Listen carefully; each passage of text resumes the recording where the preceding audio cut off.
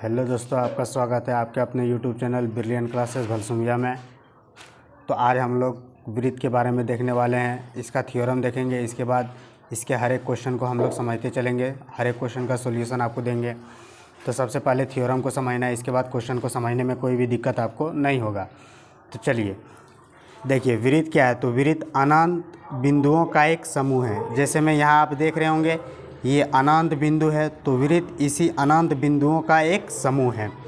वृत्त के अंदर एक निश्चित बिंदु जो होता है उसे वृत्त का केंद्र कहते हैं। तो ये क्या हुआ, वृत्त का केंद्र। वृत्त के अंदर निश्चित बिंदु वृत्त का केंद्र। देखिए, केंद्र से वृत्तीय पथ की दूरी वृत्त की त्रिज्या कहलाती है। ये केंद्र से वृत्तीय पथ की दूरी जो होती है क्या कहलाती है, वृत्त की त्रिज्या। तो केंद्र से वृत्तीय पथ की दूरी वृत्त की त्रिज्या, इसे आर से सूचित करते हैं। देखिए, वृत्त के दो बिंदुओं को मिलाने वाली रेखा जीवा कहलाती है। ये वृत्त, तो आपको बता दें, वृत्त अनंत बिंदुओं का समूह है और वृत्त के किन्हीं दो बिंदुओं को मिलाने वाली रेखा वृत्त की जीवा कहलाती है। ये देखिए, ये क्या होगी, वृत्त की जीवा। ये एक बिंदु और ये एक बिंदु, तो वृत्त के दो बिंदुओं को मिलाने वाली रेखा क्या कहलाती है, जीवा कहलाती है। देखिए, वह जीवा जो केंद्र से होकर जाती है क्या कहलाती है, व्यास कहलाती है। तो देखिए, ये मान लेते हैं कि ये आपका केंद्र है, ये आपका वृत्त है, तो ये वृत्त का केंद्र है। देखिए, वह जीवा जो केंद्र से होकर जाती है, ये ऐसी जीवा है जो कहाँ से होकर जा रही है, केंद्र से होकर जाती है। इसी को क्या कहते हैं, व्यास। तो ये भी तो एक प्रकार की जीवा हुआ। यहाँ बिंदु, ये वृत्त का बिंदु और ये वृत्त का बिंदु, तो वृत्त के दो बिंदुओं को मिलाने वाली रेखा को जीवा कहते हैं। और वह जीवा जो केंद्र से होकर जाती है क्या कहलाती है, वृत्त का व्यास। तो ये आपका क्या हुआ, वृत्त का व्यास। देखिए, क्वेश्चन बोलता है कि वृत्त की सबसे बड़ी जीवा क्या कहलाती है, व्यास। तो ये सबसे बड़ी जीवा हुआ है, वह जीवा जो केंद्र से होकर जाती है, सबसे बड़ी जीवा। और सबसे बड़ी जीवा जो होती है वही व्यास कहलाती है। तो ये बात भी आपको याद रखना है।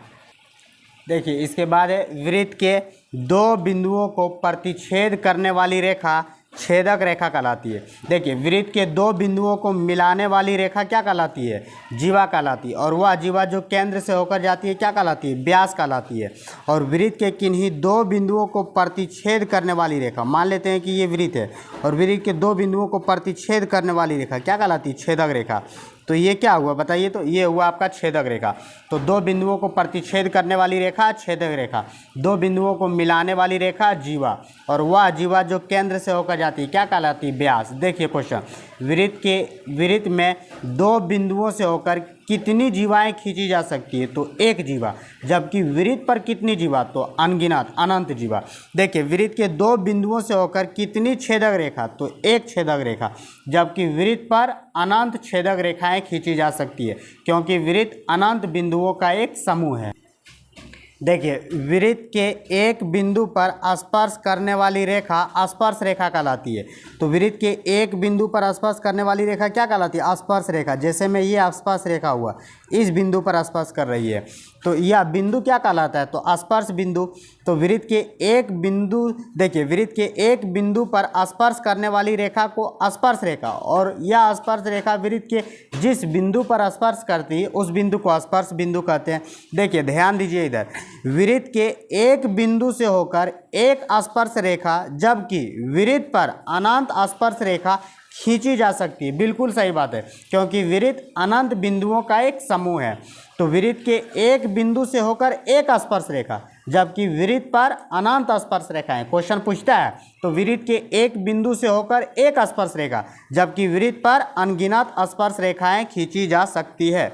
अब देखिए आगे है, जब दो वृत्त एक दूसरे को अंतर रूप से स्पर्श करती है तो उभयनिष्ठ स्पर्श रेखाओं की संख्या एक होती है। जैसे मैं यहाँ देखिए, ये दो वृत्त है, अंतर रूप से स्पर्श कर रही है, अंदर से स्पर्श कर रही है, तो उभयनिष्ठ स्पर्श रेखाओं की संख्या एक होती है। जब दो वृत्त एक दूसरे को अंतर रूप से स्पर्श करती है तो उभयनिष्ठ स्पर्श रेखाओं की संख्या कितनी होती है, तो एक होती है। तो ये बात भी आपको याद रखनी है।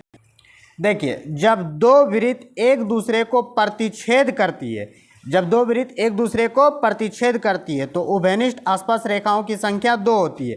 जैसे मैं यहाँ फिगर में आपको दिखाई दे रहा होगा, ये दो वृत्त एक दूसरे को प्रतिच्छेद कर रही है, तो इसमें उभयनिष्ठ स्पर्श रेखा की संख्या पूछेंगे तो दो हो जाएगा। जैसे में एक ये वाली रेखा और एक ये वाली रेखा, तो जब दो वृत्त एक दूसरे को प्रतिच्छेद करती है तो उभयनिष्ठ स्पर्श रेखाओं की संख्या कितना, 2। तो ये जो है 2 को उभयनिष्ठ स्पर्श रेखा खींचा गया। कब, जब दो वृत्त एक दूसरे को प्रतिच्छेद करती है तब। अब आगे देखिए, जब दो वृत्त एक दूसरे को बाहरी रूप से स्पर्श करती है, देखिए बाहरी रूप से स्पर्श कर रहा है तो उभयनिष्ठ स्पर्श रेखाओं की संख्या 3 होती है। तो याद रखना है, देखिए बाहरी रूप से स्पर्श करता है तो उभयनिष्ठ स्पर्श रेखाओं की संख्या कितना होता है, 3 होता है। जैसे में देखिए, एक ये उभयनिष्ठ स्पर्श रेखा हुआ, एक ये उभयनिष्ठ स्पर्श रेखा हुआ, और देखिए एक जो है आपका यहाँ से जो है उभयनिष्ठ स्पर्श रेखा। तो जब दो वृत्त एक दूसरे को बाहरी रूप से स्पर्श करती है तो उभयनिष्ठ स्पर्श रेखाओं की संख्या 3 होती है। जबकि जब दो वृत्त एक दूसरे को स्पर्श नहीं करती है तो उभयनिष्ठ स्पर्श रेखाओं की संख्या 4 होती है। बिल्कुल सही बात। देखिए जब दो वृत्त एक दूसरे को स्पर्श नहीं कर रही है तो उभयनिष्ठ स्पर्श रेखाओं की संख्या 4। जैसे में ध्यान से देखिए, एक ये उभयनिष्ठ स्पर्श रेखा हुआ, देखिए एक जो है आपका ये वाला उभयनिष्ठ स्पर्श रेखा हुआ, इसके बाद देखिए 4 गो उभयनिष्ठ स्पर्श रेखा होती है। देखिए अभी दिखाते हैं आपको, देखिए एक ये जो है आपका उभयनिष्ठ स्पर्श रेखा हुआ, और एक देखिए यहाँ से खींचते हैं तो एक ये हुआ। तो जब दो वृत्त एक दूसरे को स्पर्श नहीं करती है तो उभयनिष्ठ स्पर्श रेखाओं की संख्या 4 होती है। ध्यान से सुनिए, जब दो वृत्त एक दूसरे को अंतर रूप से स्पर्श करती है तो उभयनिष्ठ स्पर्श रेखाओं की संख्या 1 होती है। जब दो वृत्त एक दूसरे को प्रतिच्छेद करती है तो उभयनिष्ठ स्पर्श रेखाओं की संख्या 2 होती है। जब दो वृत्त एक दूसरे को वाम रूप से बाहरी रूप से स्पर्श करती है तो उभयनिष्ठ स्पर्श रेखाओं की संख्या 3 होती है। और जब दो वृत्त एक दूसरे को स्पर्श नहीं करती है तो उभयनिष्ठ स्पर्श रेखाओं की संख्या 4 होती है। तो ये बात भी आपको याद रखनी है। अब चलिए थोड़ा इधर हम लोग देखते हैं। देखिए यहाँ क्या लिखा हुआ है, तो केंद्र से स्पर्श रेखा पर खींची गई त्रिज्या लंब होती है। केंद्र से स्पर्श रेखा पर खींची गई त्रिज्या क्या होती है, लंब होती है। और केंद्र से जीवा पर डाली गई लंब रेखा जीवा को समद्विभाजित करती है। जैसे में मान लेते हैं कि ये एक वृत्त है और ये वृत्त की जीवा है। अभी आपको हम बताए थे वृत्त के दो बिंदुओं को मिलाने वाली रेखा को क्या कहते हैं, जीवा। मान लेते हैं कि ये ए बी जीवा है, ए बी जीवा है और ओ केंद्र वाला एक वृत्त है। और केंद्र से जीवा पर डाली गई लंब रेखा, एगो लंब रेखा डाल दीजिए, जीवा पर एक लंब डाल दीजिए, ओ एम लंब डाल दीजिए। तो ओ एम लंब डाल दिए ए बी पर, तो डाली गई लंब रेखा जीवा को समद्विभाजित करती है। यह लंब रेखा ओ एम जो है ना, ये जीवा ए बी को समद्विभाजित करती है, अर्थात 2 बराबर भागों में बांटती है। तो याद रखना है, देखिए ओ एम लंब डाले हैं, किस पे लंब डाले हैं, तो जीवा ए बी पर लंब डाले हैं। तो ये लंब रेखा इस जीवा को समद्विभाजित कर देगा, 2 बराबर भागों में बांट देगा। कहने का मतलब होता है ए एम बराबर हो जाएगा किसका, B M. A M B M आपस में क्या हो जाएंगे, बराबर हो जाएंगे। समद्विभाजित करता है अर्थात 2 बराबर भागों में बांटता है। तो ये बात भी आपको याद रखनी है।